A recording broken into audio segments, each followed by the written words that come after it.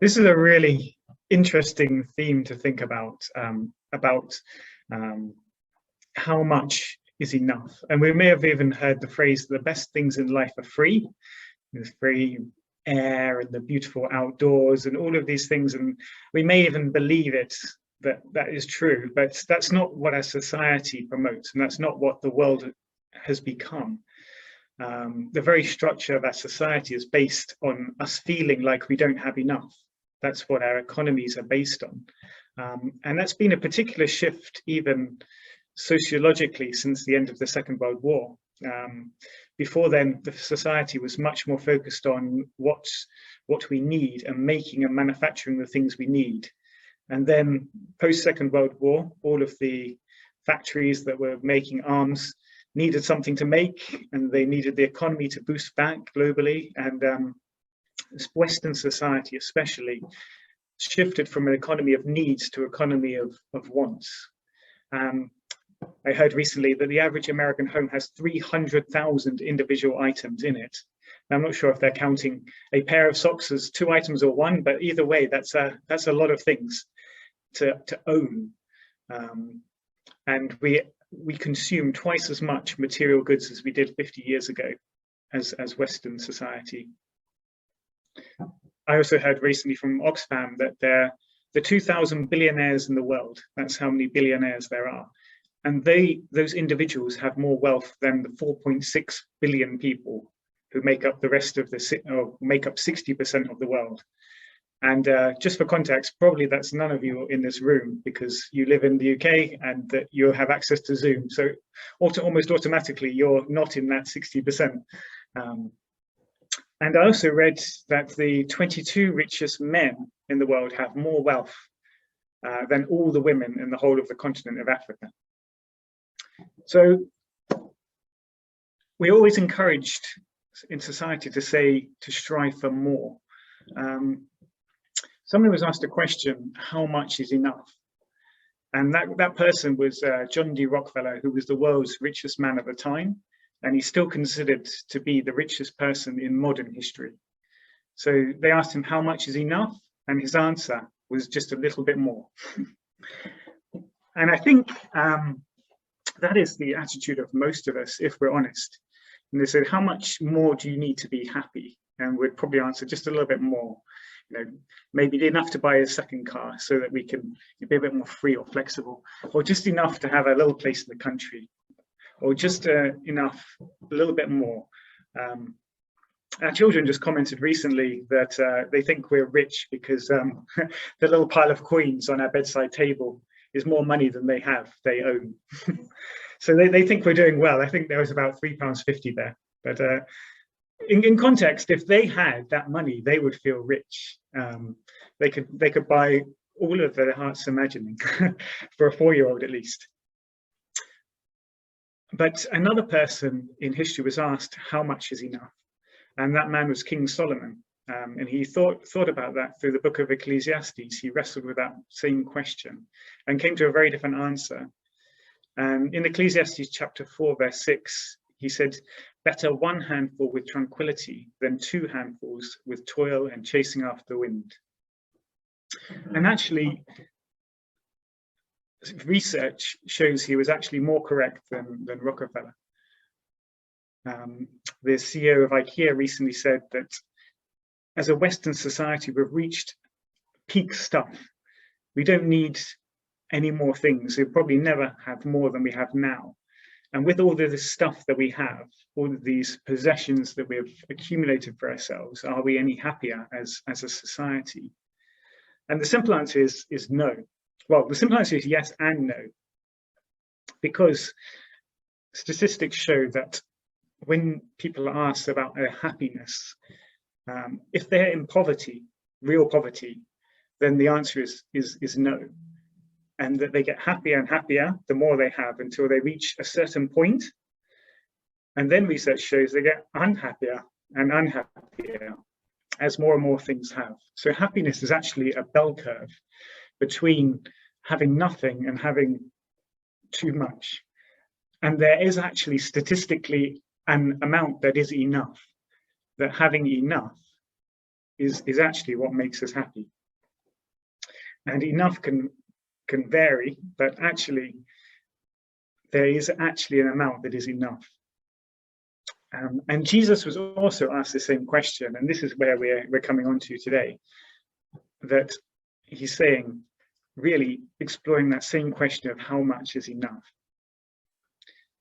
In verse 14 of that passage you read today, Jesus answered, it said, "Watch out, be on your guard against all kinds of greed. Life does not consist of an abundance of possessions."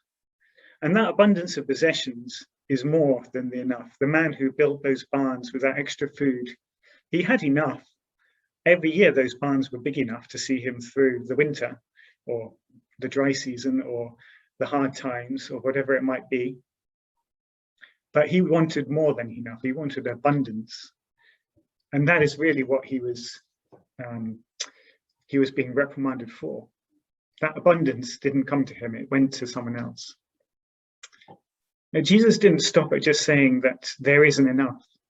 He actually gave us an answer to one of life's big questions. Gives an answer to philosophizing about grasping after more. He says in verse 22, we should be rich towards God. Therefore, I tell you, he tells us in verse 21 that we should be rich towards God, and then explains what that means in the coming couple of sections. In verse 22, in the next section, we didn't read it. He says, therefore, I tell you, do not worry about your life, about what you will eat, about your body, and about what you wear. For life is more than food, and the body more than clothes. And really, it's coming to that point that actually what is enough? Enough is food to eat and clothes to wear. Don't worry about the rest of the things. God is concerned about the flowers, about the birds. They have enough. God has given them enough. And God has given most of us enough too. There are a lot of people who don't have enough, but that's a very different question. And that's a question that we're wrestling with in places like Uganda, where there are many people who actually do not have enough. And that's something that we do need to address. But most of us in this room, this virtual room, do have enough. And Jesus later concludes about in verse 23 of the chapter. Verse 31 of the chapter, this whole section on what is enough. He says, but seek first his kingdom, and these will be given to you as well. And these things that he's talking about, the clothes, the food, seek first his kingdom. So instead of focusing on grasping after things, what should we focus on? And that is actually seeking first the kingdom of God and his righteousness. And then all these things, the food, the clothes, the enough of this world will be added onto you as well. And that's actually the same as King Solomon's conclusion as he wrote the book of Ecclesiastes, wrestling with the whole question of what is the meaning of life? What should we be doing? What's the point of it all? And he says in Ecclesiastes chapter 12, verse 13, now all has been heard. Here is the conclusion of the matter. Fear God and keep his commandments, for this is the whole duty of mankind. And this is the same conclusion that Jesus comes to as well. It's all about God. It's all about God's kingdom. It's all about bringing that kingdom to earth. And actually, what is the kingdom of God? We could go on so much about that because we don't really have time to do that. The kingdom of God is such a big and complicated thing, but actually it's also such a simple thing. It's such the kingdom of God is where the first are last, where the rich are poor.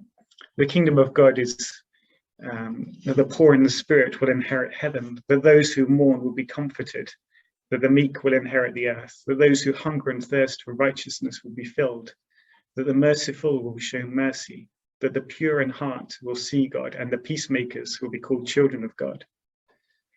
The kingdom says that its people will suffer for doing the right thing. The kingdom of God is not seeking for recognition or to acquire only for ourselves, but rather to give generously and not to worry about future wealth. All of this we can read about in in Matthew chapters 5 and 6. Talks really about what the kingdom of God is like. And if you really want to look at those things, then I would really encourage you to read through those and think about seeking first the kingdom of God through all of that Sermon on the Mount. So there's an alternative as well to this grasping after the wind, a practice from the way of Jesus that many Christians have been practicing through many, many years. And this is the practice of simplicity. And simplicity is a state of knowing what is enough in our own hearts and being happy with that. It is about having less stuff, but it's more about being happy with having less stuff. It's an attitude of less grasping after the next thing, more a generosity of heart. I would really encourage you, if you really want to look at the practice of simplicity, there's a really great series on practicingtheway.org, and this is from an American church, and there's all kinds of spiritual disciplines and how to work them out. That's a really good way to start about having the practice of simplicity. And this is something which disciples of Jesus have been living through and exploring what it means throughout many years. And it's kind of based on this idea of Jesus that life is more than food, that life does not consist of an abundance of possessions. And the final verses in this whole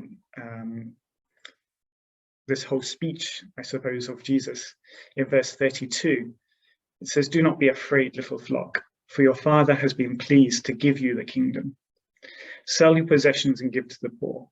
Provide purses for yourselves that will not wear out, a treasure in heaven that will never fail, where no thief comes near and no moth destroys. For where your treasure is, there your heart will be also." And that comes down to the real crux of it, that more money and more things don't bring happiness.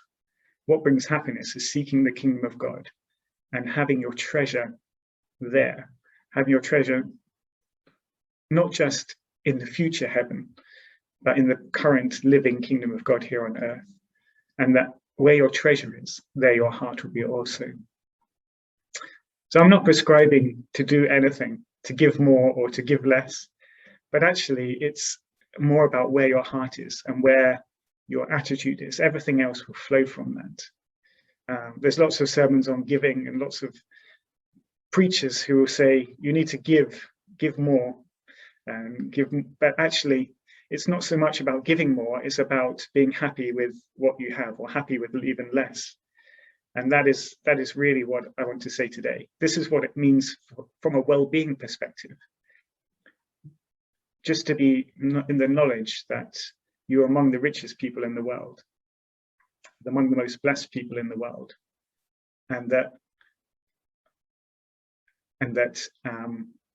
happiness doesn't come from having more things, but it comes from being happy with what you have. So that's really what I wanted to share with you just today. Just a very short message, because I appreciate that it's quite a busy service today with the two sections. And then we'll come back with any other questions. Lovely. Thank you.